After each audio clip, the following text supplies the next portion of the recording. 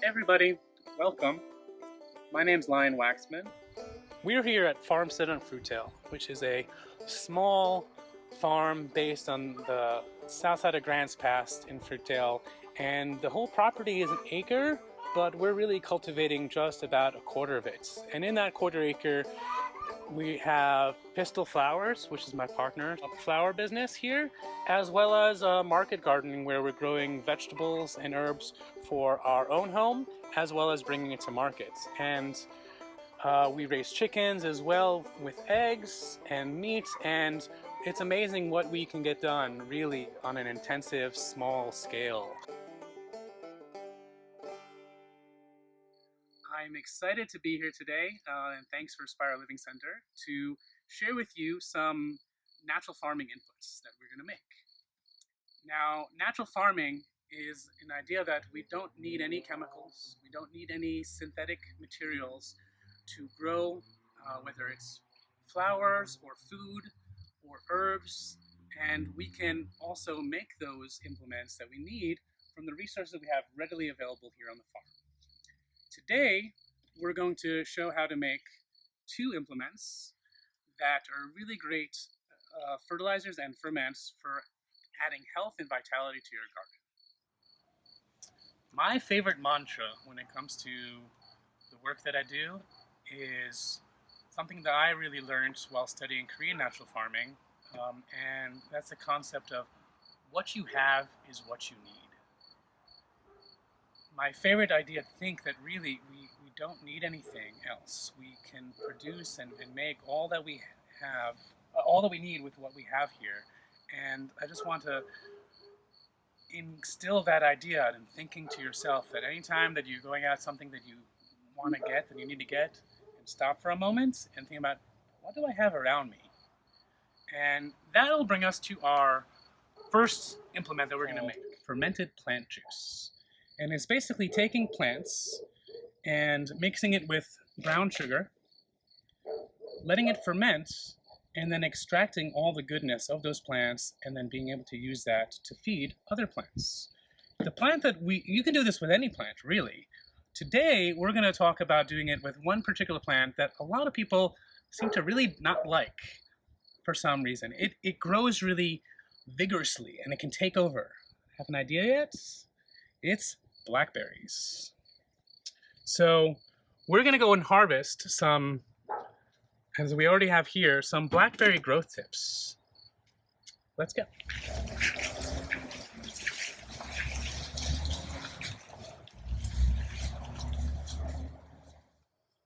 So we're going to be harvesting some of these blackberry growth tips. Now, when you make fermented plant juice, you can make it with pretty much any plant material, but the growth tips of plants are especially concentrated with growth hormones, and that's what we're going for here. So you have different kinds of growth tips. Here we have a vegetative growth tip, and it's okay with the blackberries, the vegetative growth tips are actually not sharp, so you can even just pick these off with your fingers. And when we're doing this, we're going to be also collecting this ideally as early in the morning as possible. Even before sunup is great, when the dew level is a little bit higher and the moisture level of the plants is good. But, that's ideal, and right now the sun's up a little bit, but we're still going to harvest it. So we're harvesting these growth tips, and the reason I picked blackberry is because it's such a vigorous grower. Look at it, it's growing everywhere. I want to transfer that attribute to other plants that I'm cultivating.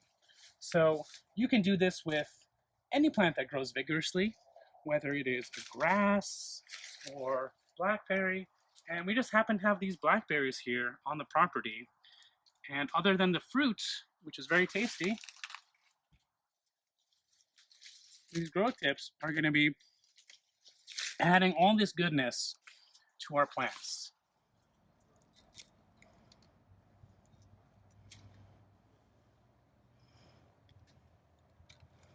Now, the other thing that we're harvesting when we're doing this is not just the hormones, but also, of course, any naturally occurring yeasts and lactic acid bacteria that are just on the plants in nature. And those themselves also are wonderful for your cultivated plants. I'm gonna harvest a bit more and then go back and prepare our ferment. So now that we've harvested our blackberry growth tips here, which by the way are super medicinal as well, strong flavored, I wanted to show you other things we're going to need that you can collect beforehand to make fermented plant juice. So we're going to need a bowl to mix things in. In addition with the blackberries, we're going to be needing organic brown sugar that is going to be pulling out the plant hormones and enzymes and chlorophylls. We're going to need a dark jar to be storing it in. This can be glass, like this mason jar, or if you have a clay pot, that works great as well. We're going to be needing some sort of cloth to cover the top of the jar that's breathable. Unbleached paper works just as fine. I have this little cheesecloth material, that's what I'm going to use. A rubber band. Some sort of tape. Labeling is really great to do when you're making these ferments. Putting a label on. Possibly a weight to push down on top of the material. And something to mark your jar with. So we have our blackberries. And we also have, an important thing is a scale. Now, to be exact, you can use a scale, you can also eye it. Basically, the idea is that we're going to be mixing the amount of material we have of blackberries with half the weight in sugar. So we have here just about 7 ounces of blackberry.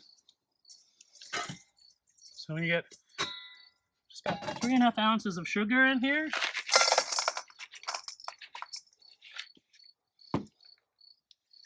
And we're gonna massage it all together. Feel free to use bare hands while doing this.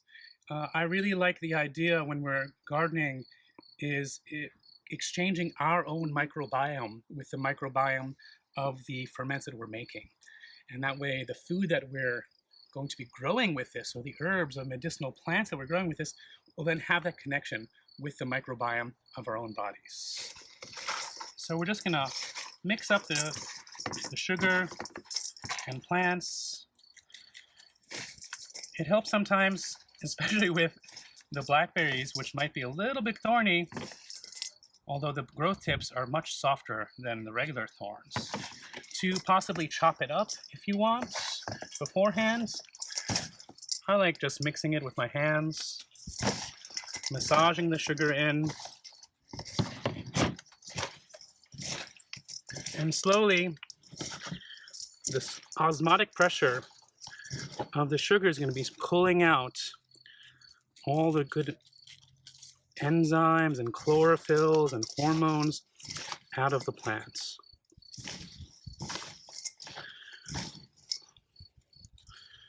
Get any big clumps of sugar, possibly.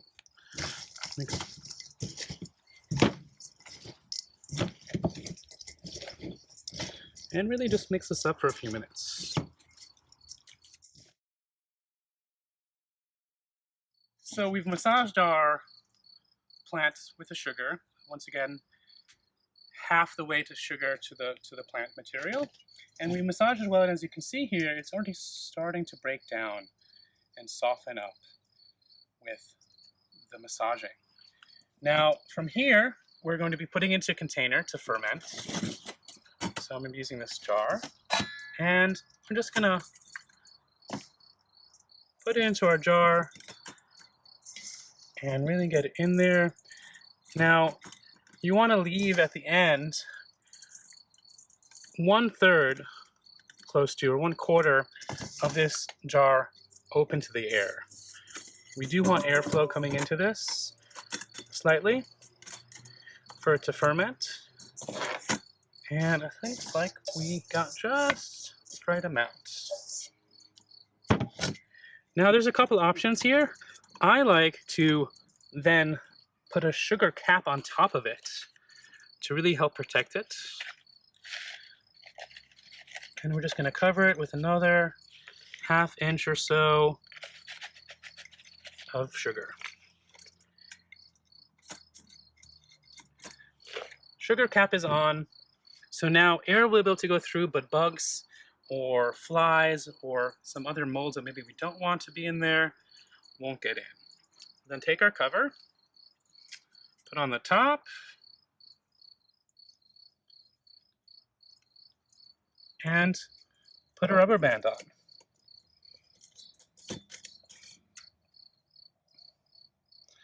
Of course, we're going to want to make a little label.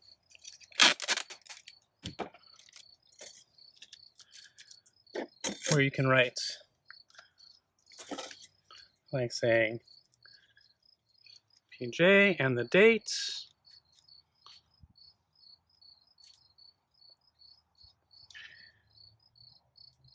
And then this you can let sit for about 7 days in some place in the shade where there's not a lot of temperature fluctuations.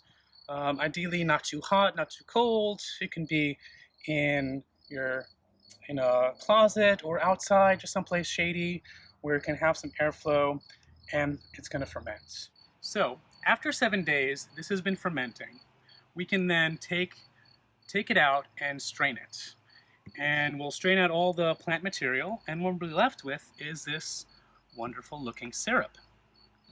Now, the plant material that we strain off, that we can then either put into our compost or add water to that and make vinegar and let that ferment even more, and make our own homemade vinegar. The syrup, then we can then use highly diluted for use for growing plants. Now, this stuff is very concentrated. You do not need a lot of this, and less is better than more.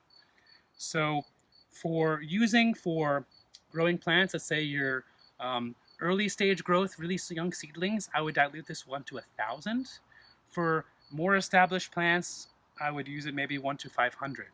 To get an understanding of how much that is, in 1 gallon, 1 to 500 is 8 milliliters. So I like using one of these little syringes that has a milliliter count on the side, or you can use a measuring cup, really small amounts. So between 4 to 8 mils per gallon, and you can use that to then water it into your soil. You can use it in a mixture of other compost teas maybe that you're making, add some in as well, or you can also use it as a foliar spray for your plants.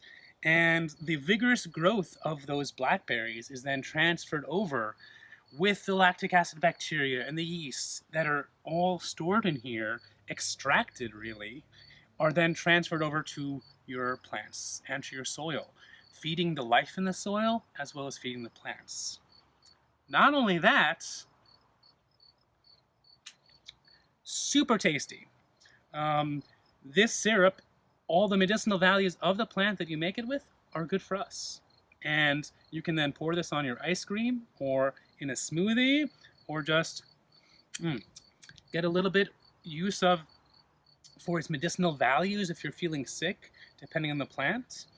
And it's just a wonderful shelf-stable product that will last for a long time.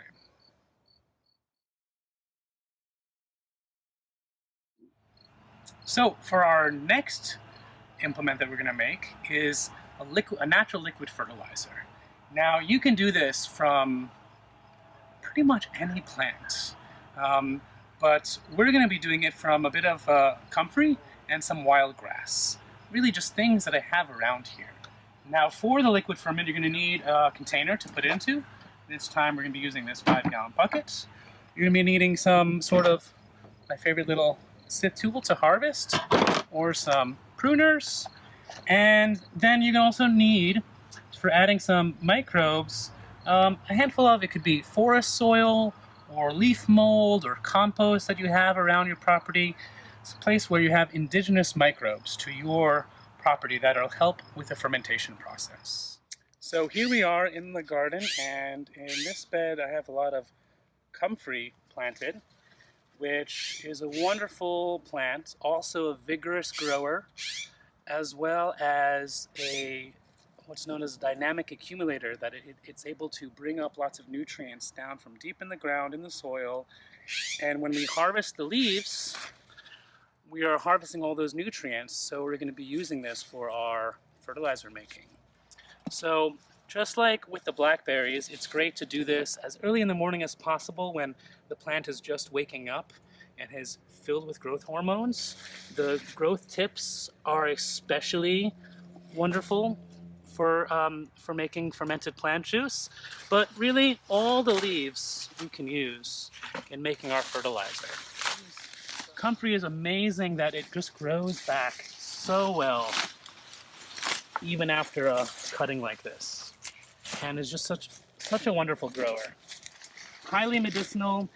You can feed this even to your animals, chickens as well, or livestock. All these nutrients, just like blackberry, the medicinal values of them are beyond just for growing plants. They're for our own health and animals' health as well. So we're just gonna cut all this and collect it.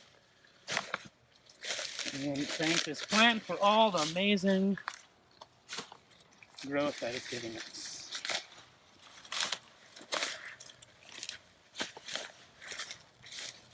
And I'll probably come back in a couple weeks and this will just be regrown again and we can harvest some more. And here's some more growth tip. And there's our comfrey. So what you have is what you need, really. So we're here next to one of our growing beds. We have our zinnias growing here, and we just have all these wild plants growing, and they look like they're growing really happily. So I'm just gonna come in and harvest some of them.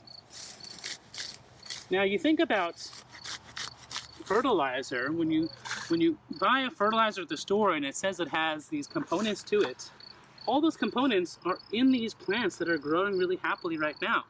So the nitrogen that is in these grasses is inside the plant, and we're going to be extracting all that goodness, all the minerals, all the nutrients that are in there, and then be able to reuse it right here. Now you can use lots of things. You can use wild grasses, you can use any weeds that are just growing around. You can also, if you'd like, harvest some of your own plant material.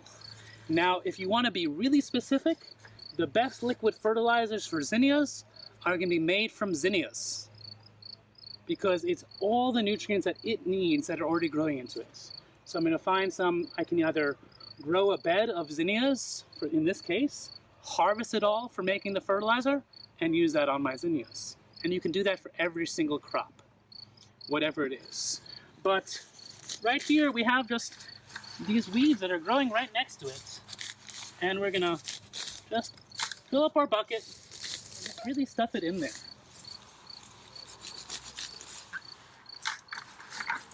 Have some mallow, some grass, some self-heal, all these weeds that maybe I'm clearing out of my growing area anyway, don't go to waste.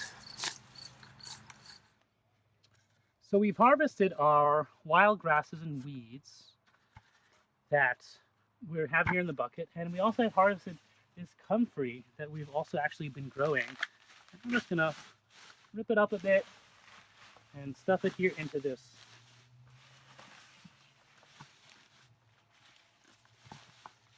bucket. And it can all just go in, and it's right if there's a little bit of soil, it's just more indigenous microbes. Throw it all in, and then we fill it up with water. Now you can use, ideally, rainwater. If you're on city water, I would put it first in a container to evaporate the chlorine from it. But we're gonna just fill this up with water. This is well water here on site. And just fill it up. Now you can do this in a 5-gallon bucket, you can do this in a small bucket, make a small amount, or even in massive 50-gallon drums if you want. And really, it's amazing the fact that all this material is just growing around us. all these weeds, all these plants that are just growing at our feet, all can be used for making fertilizer. You don't have to go to the store and buy some chemicals mined from somewhere or some synthetic leftovers from the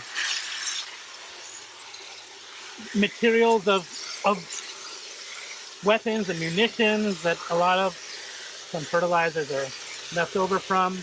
So we're just going to be making this from stuff already growing here. I'm going to fill this up a little bit more, push down the material, and we have our forest soil or compost. In this case, it's compost here, and I'm just going to put in a little handful. And this is inoculating this now with indigenous microbes that are here on the property. I'm going to close it up then.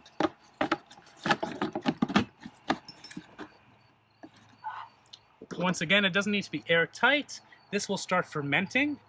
Remember to label it as well. It's good to write the date.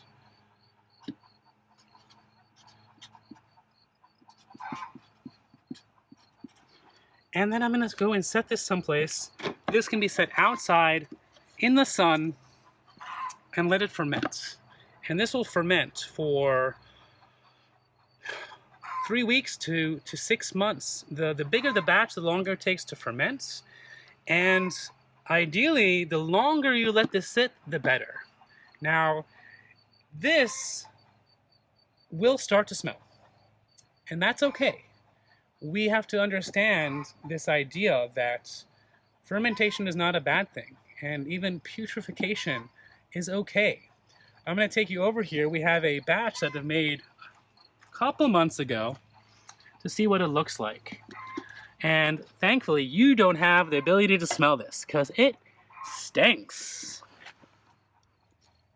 And we have the material is slowly breaking down. You see all those bubbles, all that life in there. Fermenting this plant material. This has been sitting here for 2 months. Eventually, all this plant material would just completely break down. Ideally, you want to let the longer you let this sit, the better. And all this will just turn to sludge and completely liquefy as it's fermenting and breaking down. But if you wait a few weeks, it's already usable. And it does smell very strong. That is the anaerobic bacteria that are part of this process, breaking down this plant material. As opposed to the fermented plant juice, I am not going to be eating this because it stinks. So I know that's what you were thinking is going to happen. But then this material as well, this liquid, we can then use and dilute. Once again, I would not pour this directly on any plants.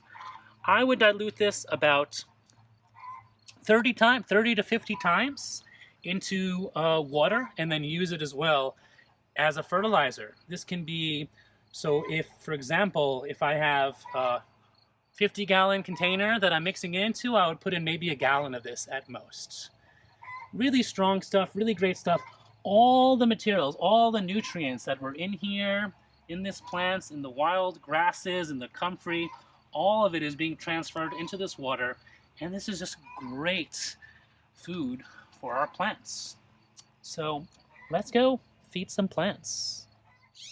So we have our liquid fertilizer here that's been sitting for a few months, and we have a watering can that we're just gonna mix up a little batch of it. So this is our 2-gallon watering can, and we're going to put in here 1 to 30 dilution rate, so that comes out to about a cup, just over a cup of the liquid.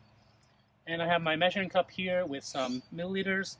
I like you thinking in milliliters. It's very even instead of trying to convert from milliliters and ounces. So this is about 8,000 mils, 2 gallons. So I'm going to put in just about 260 mils. So just fill this up.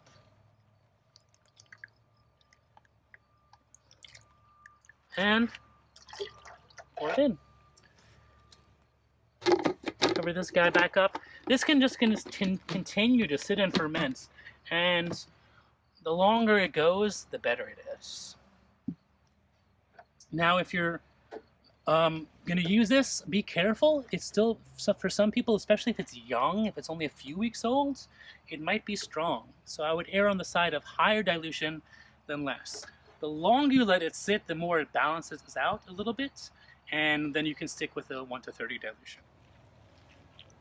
So here we are in a section of the garden, and we're going to be fertilizing this little patch of greens. Now, just like any fertilizer, anything that you're using that has high mineral content, I would be very careful about getting anything on the leaves of the plants, especially in the middle of the day when there's sun on it, because you can then burn the leaves. But as a soil drench, it's perfectly fine to add this anytime, and that's what we're going to do. So we have our diluted 30 times liquid fertilizer in here, and I'm just going to water the soil. These guys, we just cut these 2 days ago for market, so I like adding fertilizer afterwards, bringing back the nutrients and minerals that have been harvested off. Now, a really important thing to think about is, when do you need to do this? Or do you need to do this at all?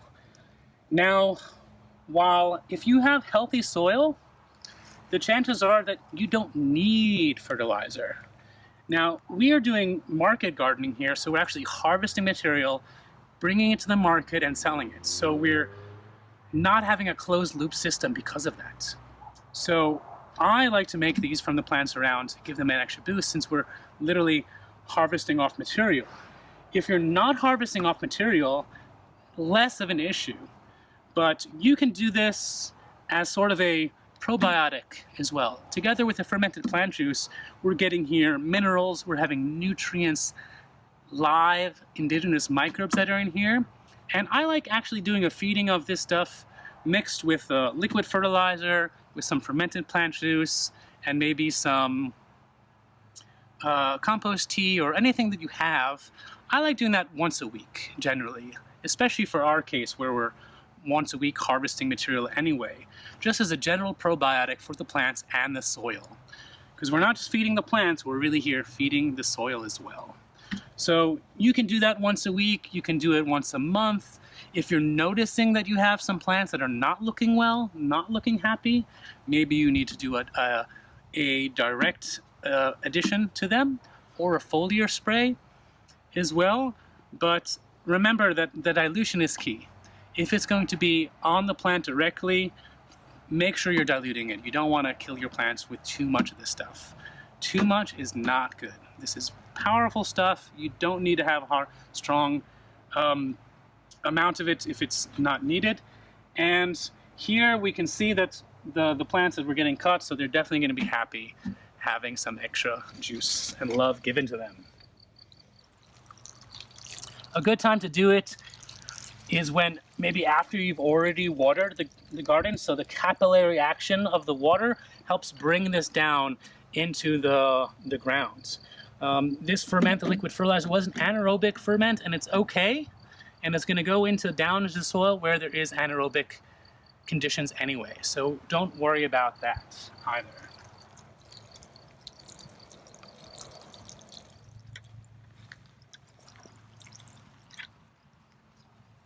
So we've made today 2 implements. We made our fermented plant juice, and we made our liquid fertilizer, pretty much from things just here growing on the farm. And really, what you have is what you need. All the resources to grow healthy and beautiful plants and healthy and beautiful body are all right here at our feet. Whether it's from wild grasses, or blackberries growing around, or comfrey that we're cultivating in the garden, or any other plant that you have, these things you can make easily, simply, and then keep adding to the beneficial life growing in your soil and in ourselves. Thank you for being here, listening to this. If you have any questions, feel free to get in touch with me, or you can find more information about the workshops and the work that I do at goodearthgardens1.com, or on Instagram at Good Earth Gardens, or on Facebook at Good Earth Gardens. And there'll be a little bit of info there about other work that I do, or other workshops, other implements. Feel free to get in touch. And the world of natural farming is fast and enjoyable, and I hope to have you along.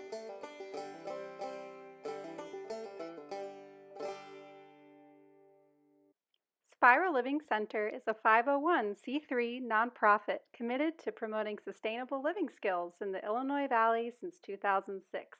For more info on our work, visit spiralliving.org.